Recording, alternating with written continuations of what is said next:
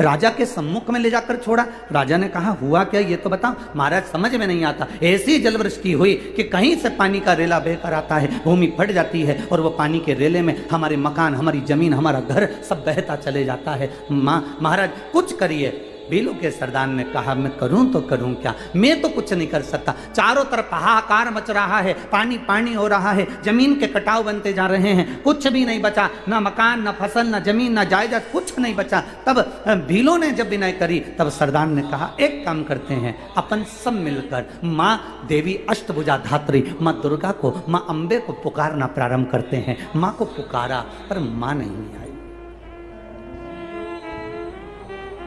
बड़े सरल हैं दो बड़े सरल हैं, एक माता एक पिता।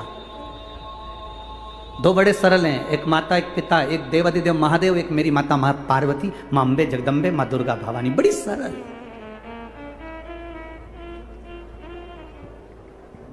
देवी की आराधना करने वाले भी देवी से सब कुछ मांग लेते हैं, शिव की आराधना करने वाले भी शंकर भगवान से सब कुछ मांग लेते हैं। दोनों सरल।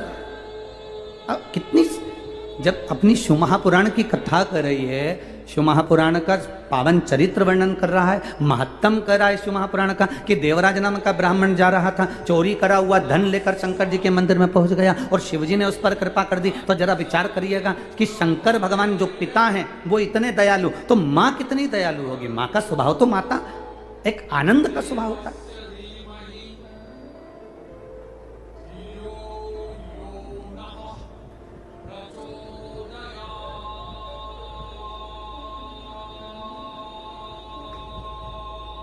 हमने पहले भी एक बार कथा में कहा है कि माँ माँ होती है, माता के समान कोई दूसरा नहीं हो सकता, जिंदगी में नहीं हो सकता।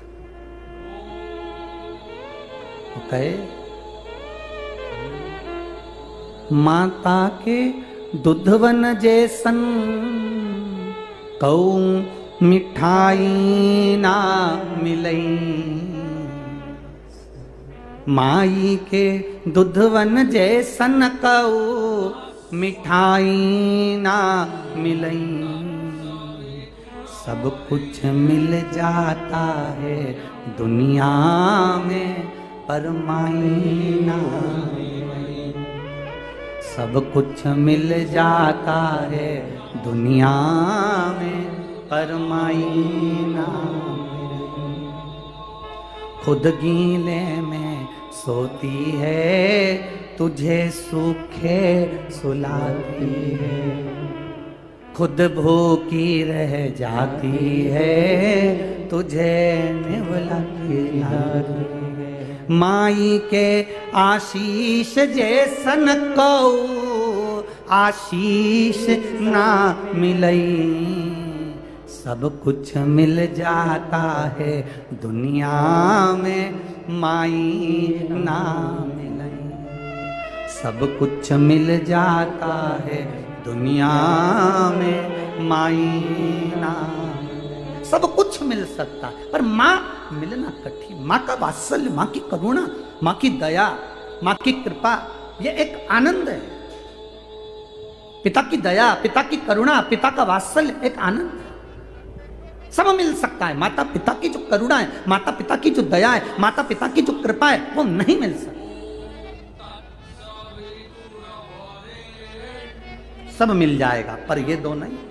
मेरे शंकर, मेरे ओघड़दानी, मेरे त्रिकालदर्शी, मेरे कैलाशी, मेरे अविनाशी, मेरे शिव स्वयं पिता है, स्वयं पिता। भगवान विष्णु भी कहते हैं ब्रह्मा जी से, पिता है मेरे शंकर, शिव मेरे पिता हैं।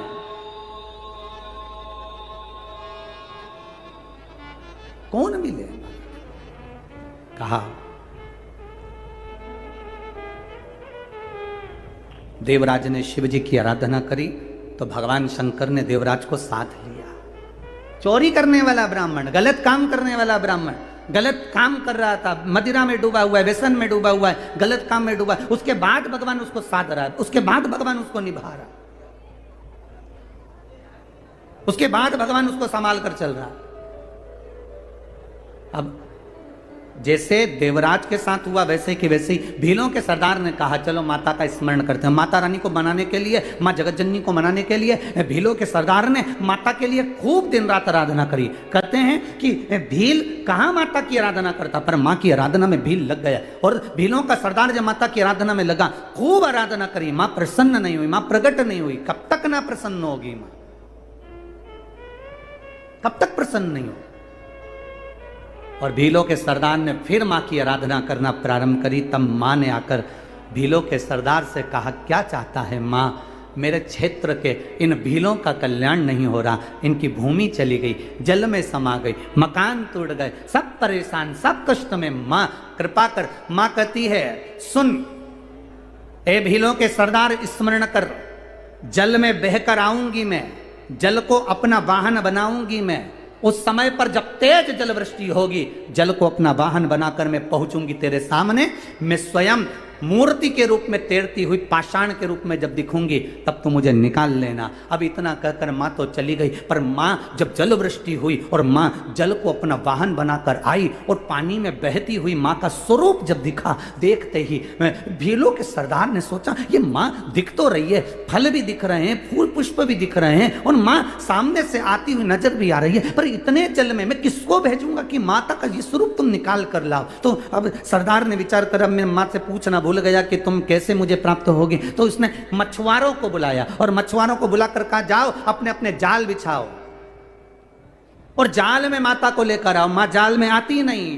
भील से कहा, सरदार ये माता तो जाल में आती नहीं। तब भील ने फिर माता की आराधना करी और माँ से प्रार्थना करी, माँ इन मछुआरे के जाल में आप प्रवेश करिए। तब माँ मछुआरे के जाल में प्रवेश कर कर जब आई, तो स्वयं भीलों के सरदार ने उनकी आराधना कर कर कहा, माँ आप कृपा करो। माँ कहती है, कहीं ऊंचे टेकरे पर मुझे विराजमान कर दे। तब माँ को ले जाकर ऊंचे टेकरे पर विराजमान कर दिया।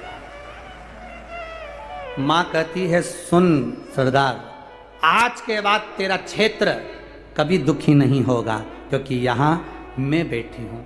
तब सरदार ने कहा, माँ आप दुर्गा हो, आप आदिशक्ति हो, आप देवी हो, आप लक्ष्मी हो, आप सरस्वती हो, आप काली हो, माँ मैं आपका क्या नाम रखूं? तब सरदार के सम्मुख में माँ कहती है, जो तू मुझे दिल से पुकार लेगा मैं तेरी हो जाऊंगी। बस उसने कहा, माँ तू जल में से निकली है और जाल में फंसी है,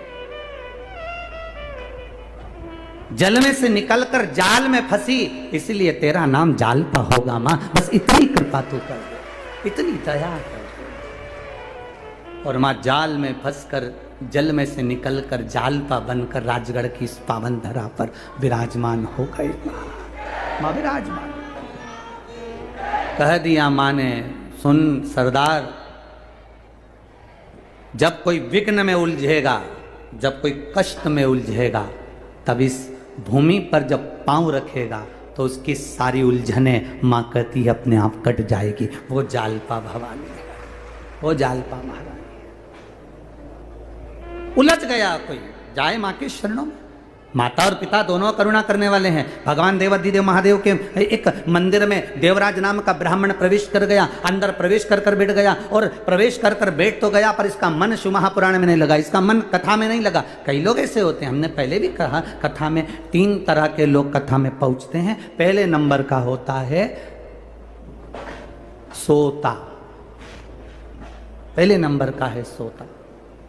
इसका काम है, जैसे ही कथा में जाकर बैठता है, इसकी आंखें अपने आप धीरे धीरे धीरे धीरे बंद होने लगती हैं, अपने आप बंद होने लगती। ये कथा में सोने पहुंचता है। पहले नंबर का, बोलो जम के बोलो जरा, सोता। दूसरे नंबर का होता है सरोता। ये जितने मेरे काका उन बैठे हैं ना बाहर, और मेरे जीजा उन बैठे हैं जितने बाहर, इनकी जेब में पड़ी है वो सरोती, सरोता।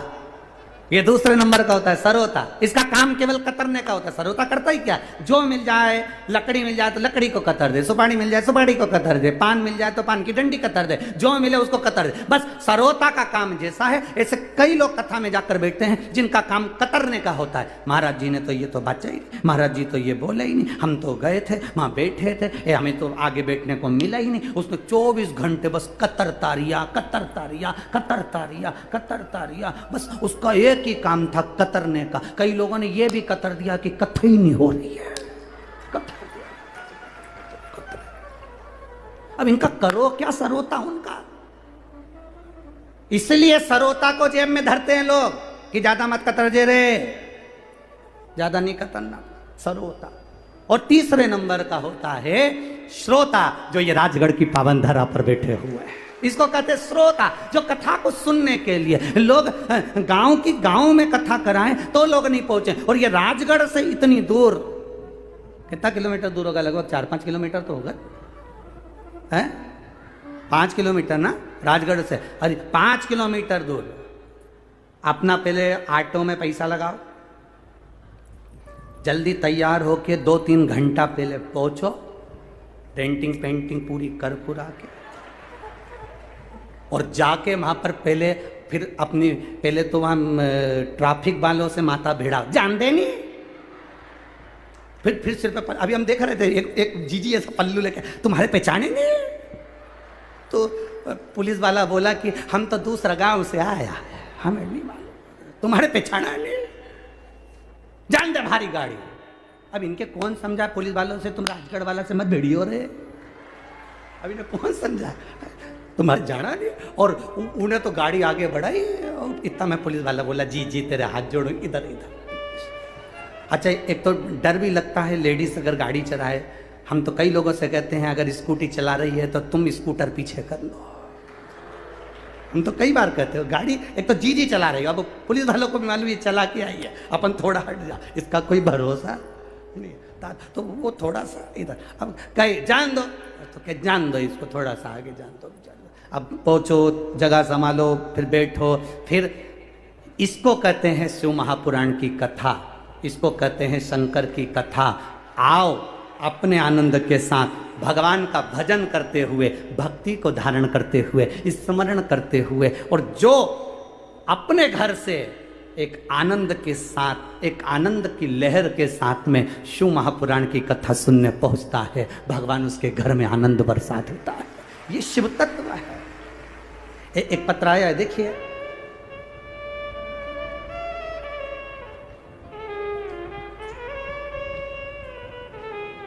मैं रितु महेंद्र शर्मा, पचोर, जिला राजगढ़ की रहने वाली हूँ। कहीं बैठी हैं?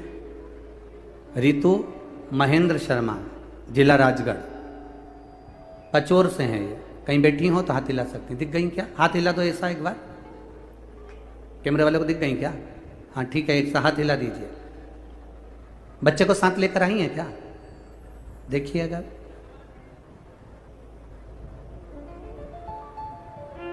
मैं रितु महेंद्र शर्मा, पचोर, जिला राजगढ़ की रहने वाली हूँ गुरुदेव। मेरी शादी देवास में 2015 जनवरी के महीने में हुई थी गुरुदेव। अभी कौन सा साल चल रहा है? 23। ठीक है, कितना साल हो गया? जोड़ के रखिए।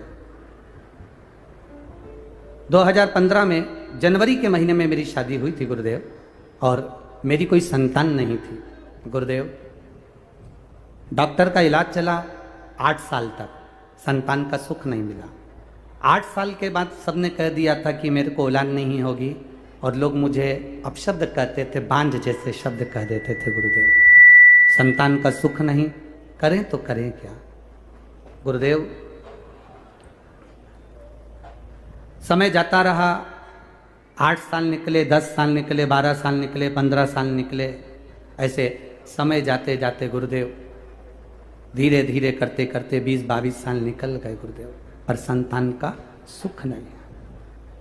तब किसी ने कहा टीवी पर कथा आती है शिव महापुराण की, वो गुरु जी कहता है सियोर वाला, सारी समस्या का हल 1 लोटा जल शंकर जी पे चढ़ाओ, सफेद आंकड़े की जड़ का प्रयोग करो। गुरुदेव मेरी सासू जी ने मुझसे संतान प्राप्ति के लिए पशुपति व्रत करवाया। हम लोग सीहोर भी गए, प्रणाम करा, बाबा का कंकर शंकर लाए, रुद्राक्ष लाए और बाबा को कहकर आए, बाबा लगभग 26 से 27 साल हो गए पर औलाद नहीं, बाबा कुछ तो कृपा करो। बाबा की ऐसी करुणा हुई गुरुदेव, हम क्या वर्णन करें। 4 अप्रैल 2023 को 27 वर्ष के बाद बाबा की कृपा से कन्या रत्न की प्राप्ति हुई है। ये शिव कृपा, ये शंकर की बात। 2015 में विवाह हुआ, 2023 में संतान हुई है। बैठ जाओ जी, हर हर महादेव।